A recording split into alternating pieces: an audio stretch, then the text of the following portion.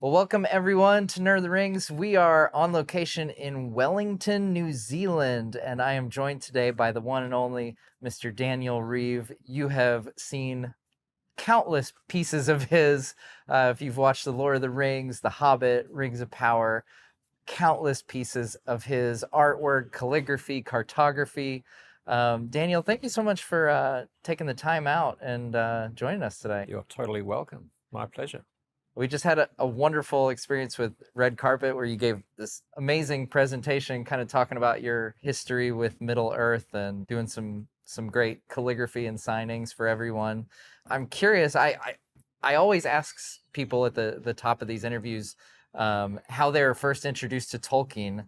And yours is one of my absolute favorite stories, and you showed the covers that you made. So why don't you share with folks how you got into Middle Earth and what you did to your brother's Lord of the Rings?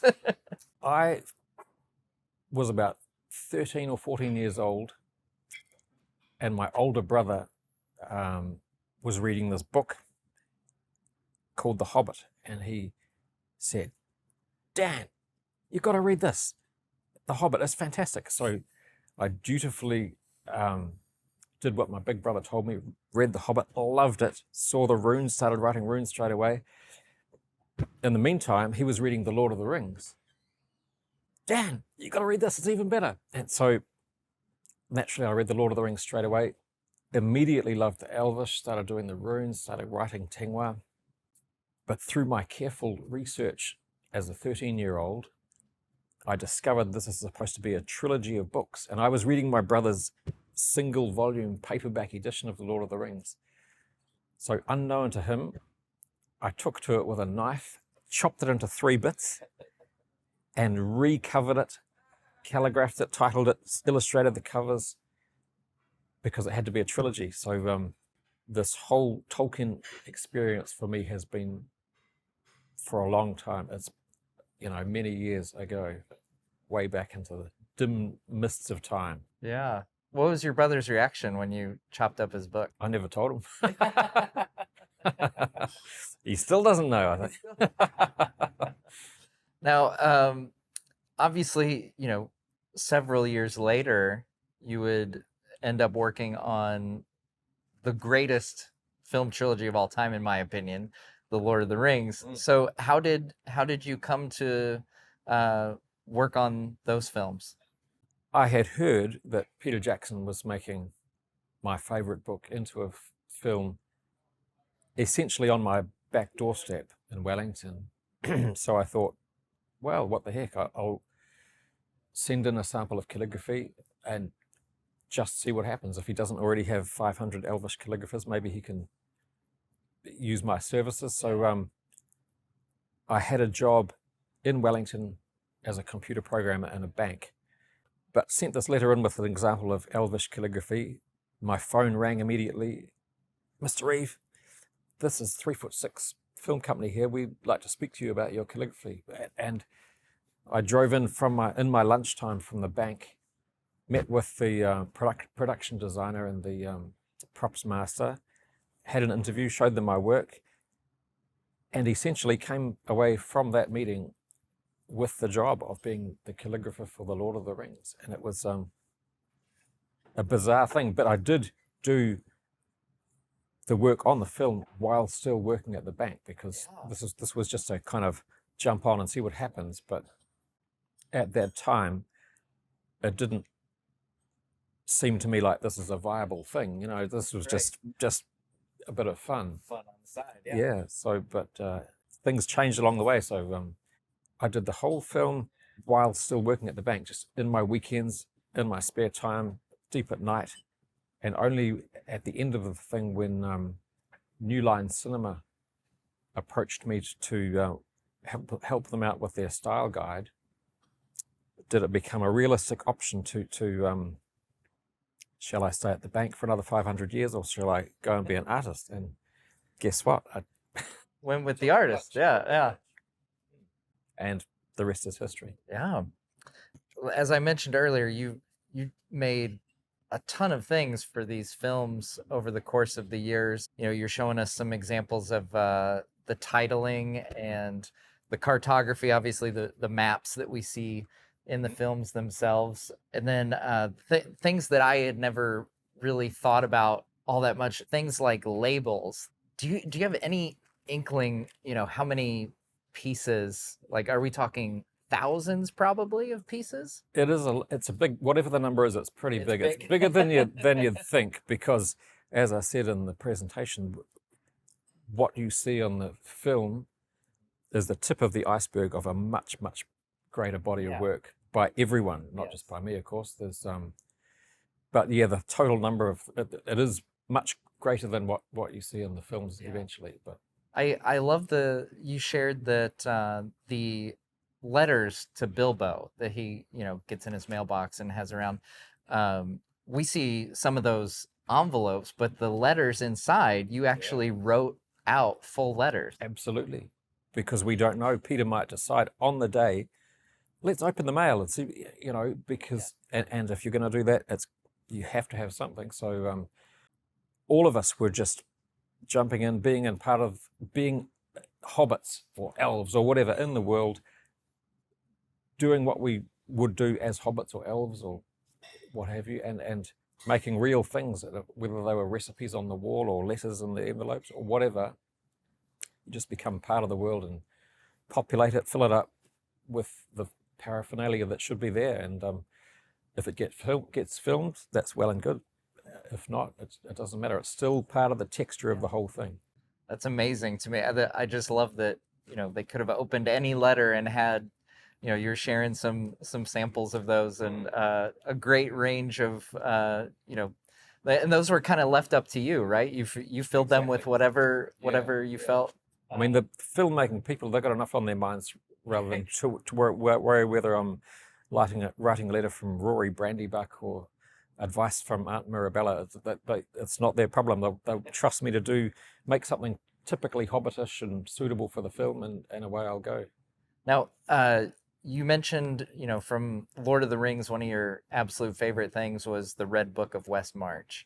Absolutely. And you kind of had free reign on that one as well. I'm really curious, how many pages did you fill up? So you were summarizing kind of the events of The Hobbit, doing some illustrations. That's right. Correct? The props master said to me, just write the story of The Hobbit in your own words, illustrate it how you like, maps here and there.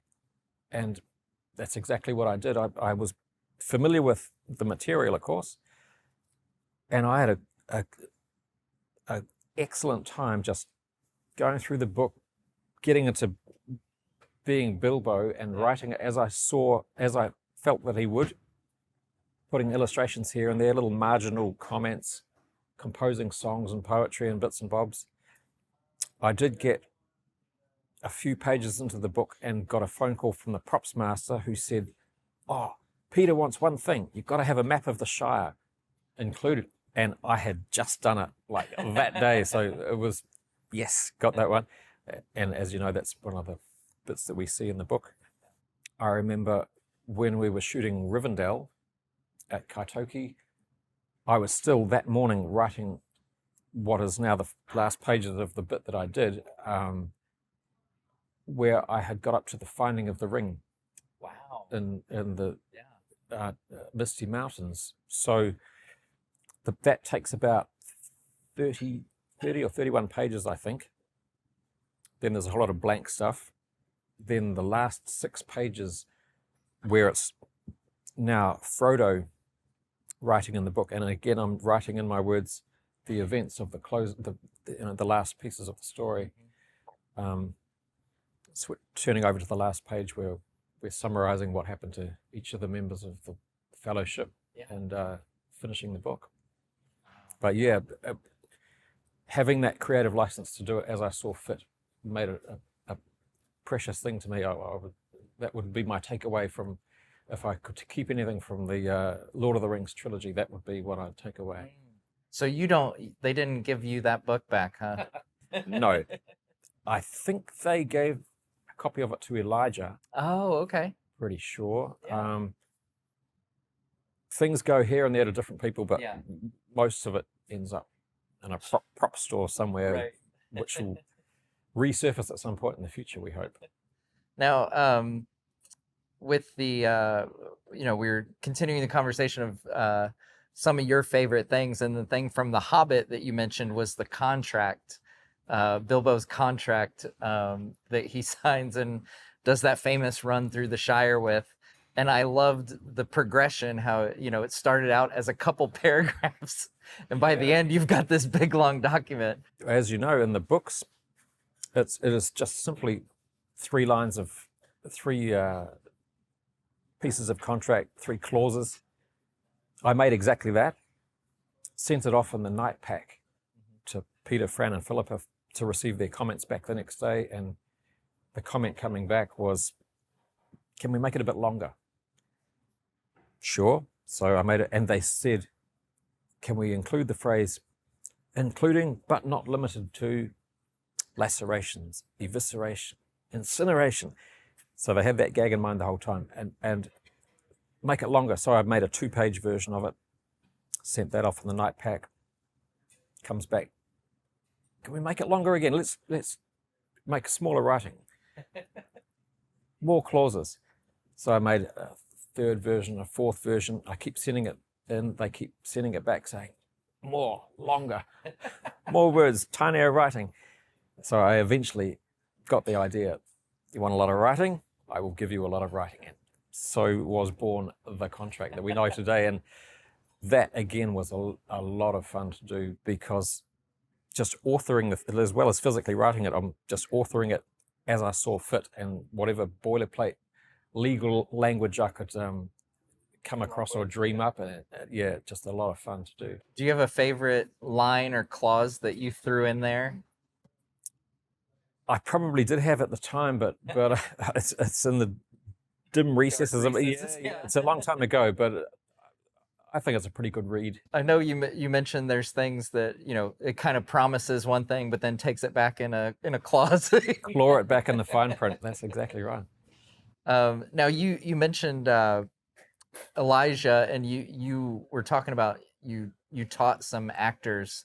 In each of these films, you taught some to Ian Holm. You taught some here recently to Robert Aramayo, who is playing Elrond in Rings of Power.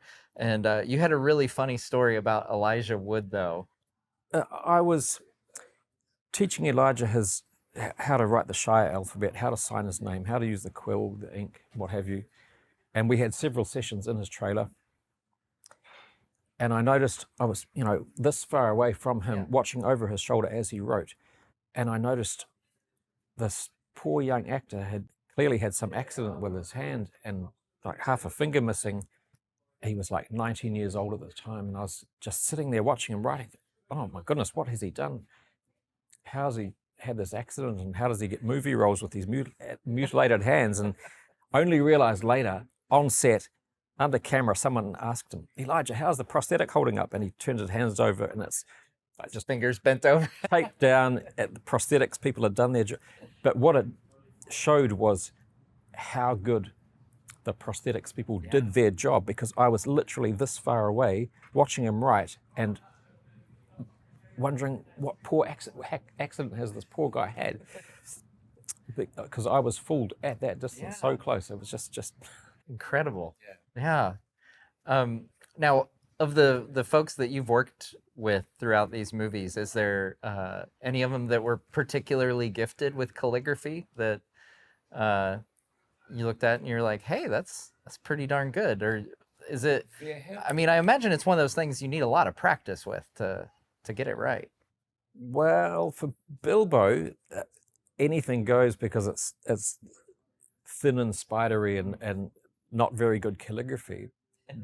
Having said that, it's difficult it's a handwriting that is as personal to me as yours is to you. So there is that difficulty in making it look the same, but it's nothing fancy. And Ian Holm was really keen to do it and did it well. Elijah was fine as well. On Rings of Power, Rob Aramayo was an interesting case where he was left-handed. I'm right-handed, and if we were going to use my hand in the shop, then there was a problem there. So he undertook to do all of his writing with his right hand, even though he's left-handed. considering that, he did an amazing job I mean, he told me he was writing everything once he started, he did everything with his right hand just to practice and try and nail that sort of thing. Emma Horvath was really, really good playing Iari in Rings of Power. She was instantly getting into the Numenorian and making name tags for people, and she was an excellent student. And so was Charlie Edwards playing Celebrimbor. He had done some calligraphy, and he was taking to it. He loved it, really, yeah. That's great. And you mentioned, Bilbo. So I don't know if you guys know this at home, but I'm sitting next to someone who has played Bilbo in the films. True. Yes. So you got to be.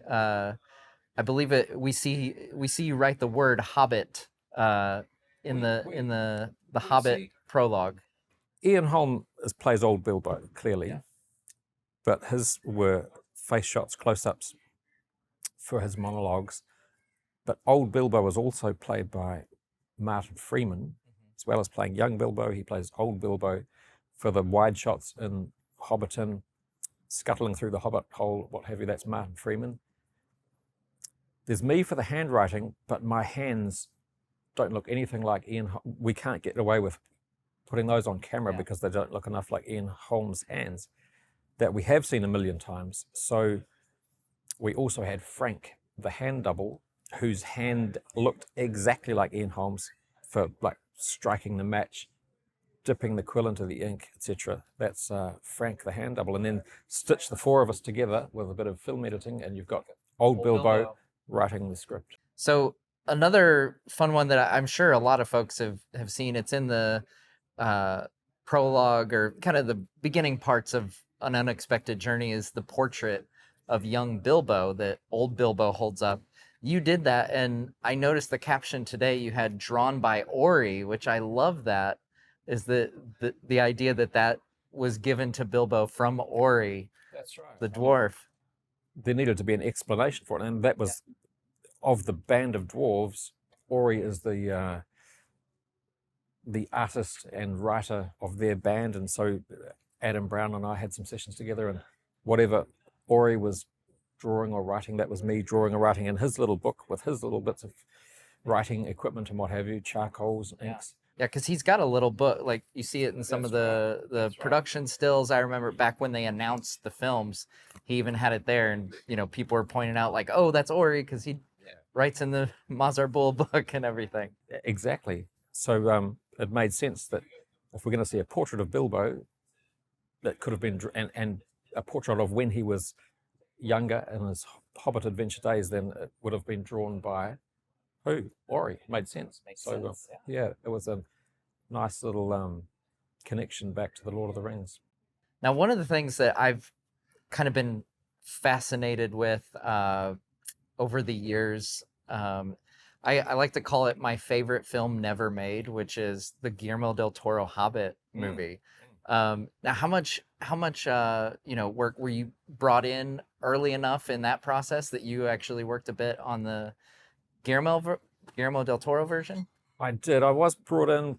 They had already been going for a little while, and it has to be said, but I came in time to lend my expertise to a few of the little bits, including a map of the Lonely Mountain, which, when you think about it, Thror's map was a secret map made for dwarves, by dwarves, to be read only by dwarves.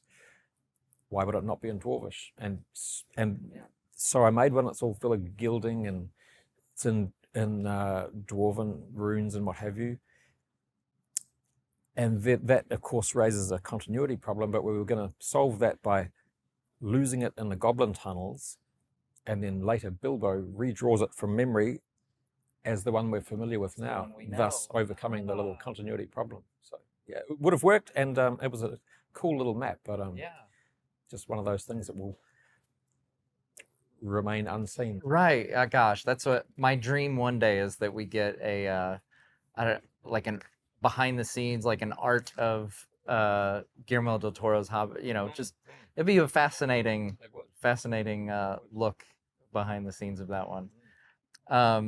Now, I like to kind of wrap up these interviews typically with some um, more rapid fire. I mean, you can expand on them. There's no rules here, but some of your favorite things in Middle Earth. So I'll pose some questions to you, and we'll see. We'll get to know a bit about you and your preferences in Middle Earth. So, what is your favorite Middle Earth character?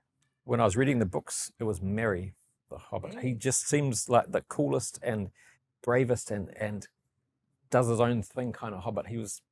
I just like the character Merry. Seems like he has his wits about him. He does. Yeah. He does, absolutely. Do you have a favorite from the films? Probably Gandalf, as played by Ian McKellen. And when the films come out, sometimes those characters look different, or they're thinking, why have they done this or why have they done that? Do Balrogs have wings? That sort of thing.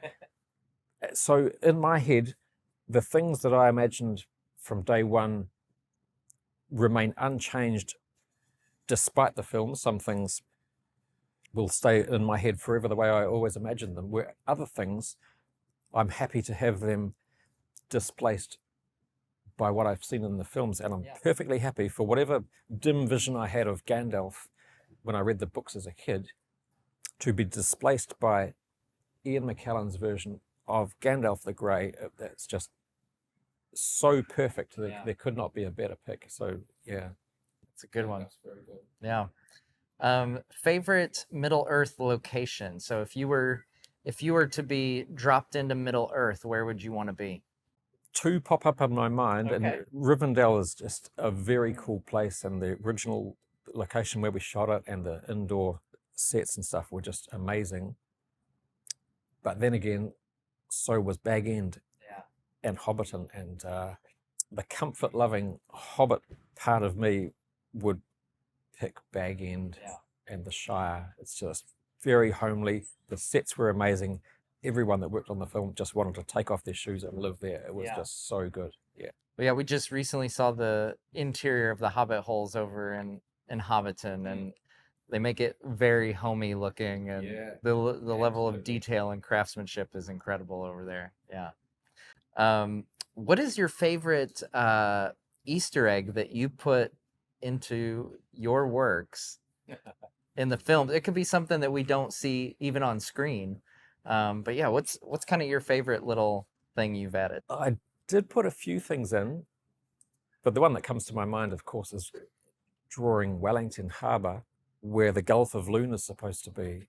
And not telling anyone about it, I just put it in for the prologue map, and it stayed there. It's on camera. It's on. You can see it there. If you know Wellington, it is unmistakable. So I have no idea to this day whether Peter Jackson knows that fact, but it's Wellington Harbour 100%. Oh man, that'd be kind of funny if he didn't know and he, were to find out somehow after all these years. That would be pretty funny. Well, gosh, I should have asked this toward the top, but I'm also curious. How did you get into calligraphy and cartography in the first place? I think I have to blame Tolkien for that as well. I mean, reading those books, seeing the calligraphy and the runes, that is one of my earliest sort of forays into calligraphy.